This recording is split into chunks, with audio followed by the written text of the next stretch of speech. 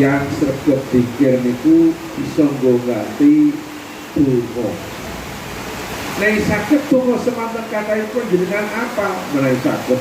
Terus dene kok boten apal, boten mungkin kula jenengan apal donga semono kae iki boten. Allah paring jalan keluar.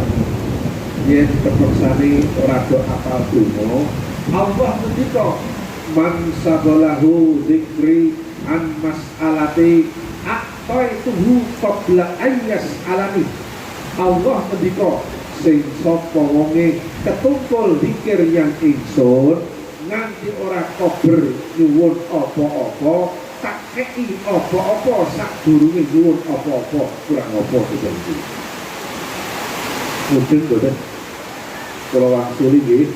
Allah ngendika sing sapa wonge ketungkul zikirnya ingsun nganti ora kober nyuwun apa-apa, ora kober donga apa-apa, tak kei apa-apa sadurunge nyuwun apa-apa, kurang apa iki.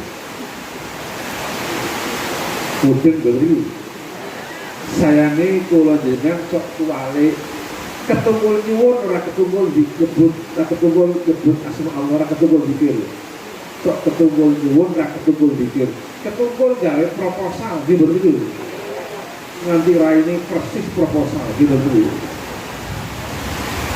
Proposal ki ya penting, ning zikir ora kalah penting iki begitu.